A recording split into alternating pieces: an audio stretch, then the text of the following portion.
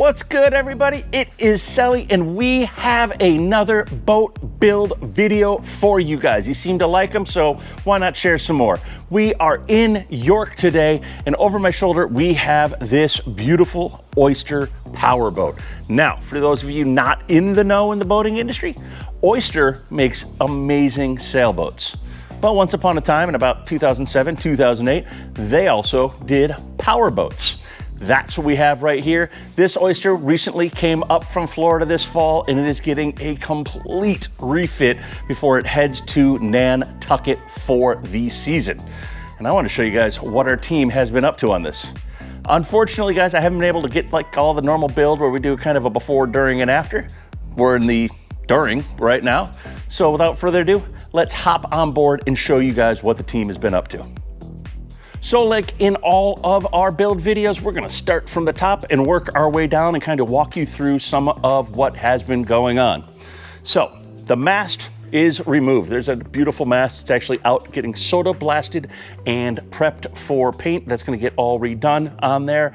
And then we talk about some of the other items that are on this hardtop. If you take a look, we do have a Starlink because you can't do a boat build anymore without Starlink. And then you'll see we have two of these GPS antennas. One of those is for the AIS, it's a GA38. Then we have an XD24 antenna.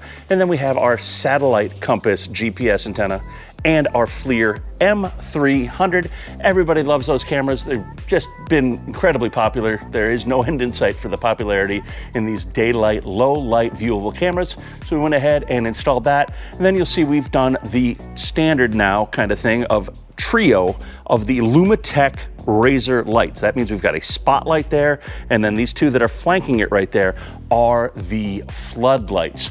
So if we want to come into a harbor at night, if he's coming into Nantucket and we just want to look in front of us, we just simply turn on that center light bar. And because it is a rampable, dimmable light, we don't have to be that guy with the brightest light bar coming in. We can light it up just enough so that M300 can then take over the heavy lifting and get all of that shining for us onto our display screen.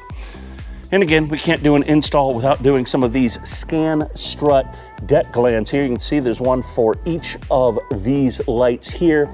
And then also, guys, we're gonna make our way back down the side here, and you're gonna see the pieces of white right there. These are big. These are the Xantrex 220 watt solar panels right here. So this boat should be able to keep up with the demand on board. And again, we've done the Scanstrut as well for the wire glands. You'll see this wiring comes in here, and Xantrex done a really nice job with their wiring right here with this split loom braid that's on it and the heat shrink, and it's still keeping it very low profile on there as well. And then obviously, like we talked about in the intro, right there, that's where that mast is going to land. So that's everything that is good on the hard top of what is going on here.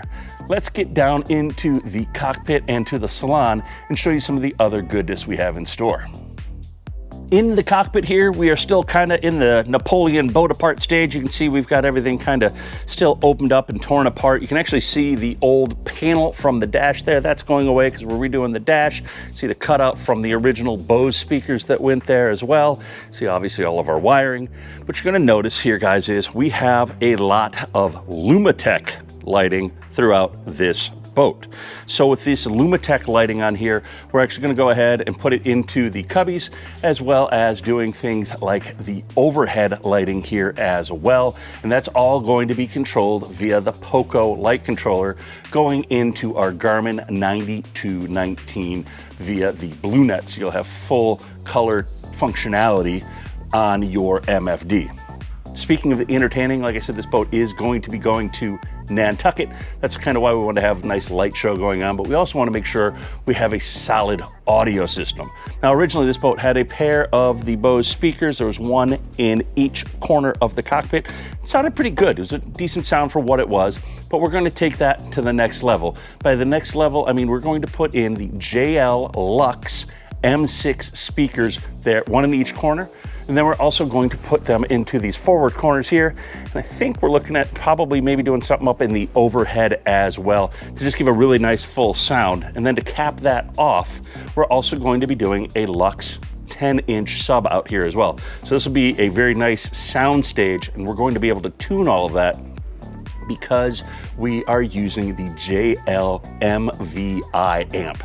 So we're going to be able to give the best possible sounding experience by using those MVI amps and dialing it in with the microphones and the laptops and all that good stuff behind the scenes.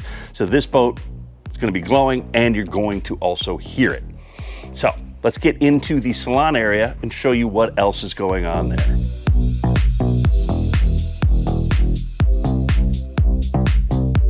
Now that we are in the salon, it is definitely in the mom's spaghetti phase. As you start to see, we've got a lot of wires hanging down throughout the boat, but not to fret. John is hard at work on this boat, and we've got drawings and we've got road maps for everything, whether it is our lighting right there, whether it is our JL audio, our blue net, our N2K, power considerations, all of those drawings are right there so that everything is properly planned out ahead of time on this. And there is a lot going on because all of the lights in here have also been changed out with the Lumitec down lighting. And those are all obviously going to be part of that Poco light controller that is going to be stashed up in that corner right there. Now we did it there because it's kind of centralized for lighting. So we're gonna have all the cockpit lighting and all the lighting here.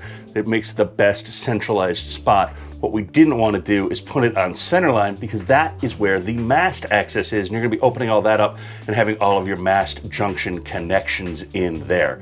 So just kind of things we had to take into consideration as we started doing this. Other things we had to take into consideration, well, over here in this space, originally was kind of the comms locker of things, guys, and that's where all the old KVH and everything was living down in that space right there.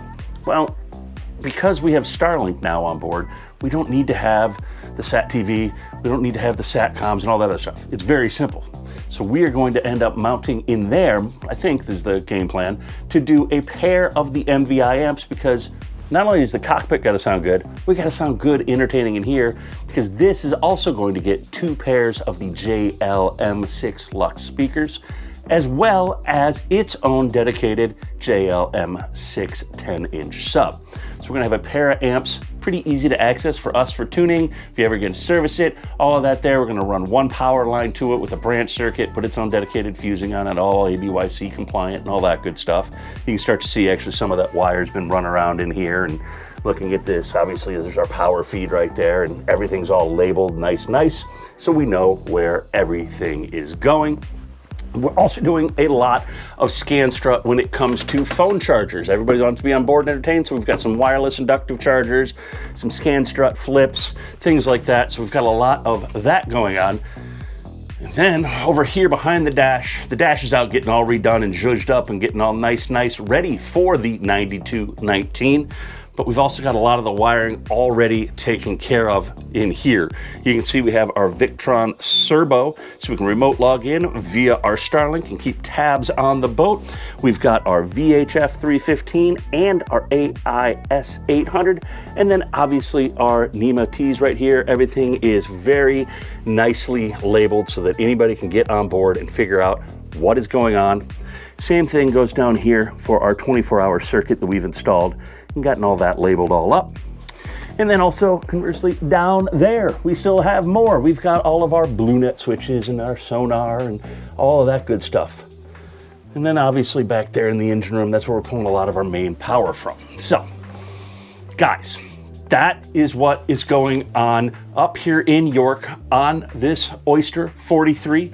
If you have any questions about this build, or maybe you have one of these boats and you're thinking you want to update it and bring it into the now, well, we've got the experience and the know-how to do that. So reach out to us, sales@navtronics.com. We'd love to talk to you.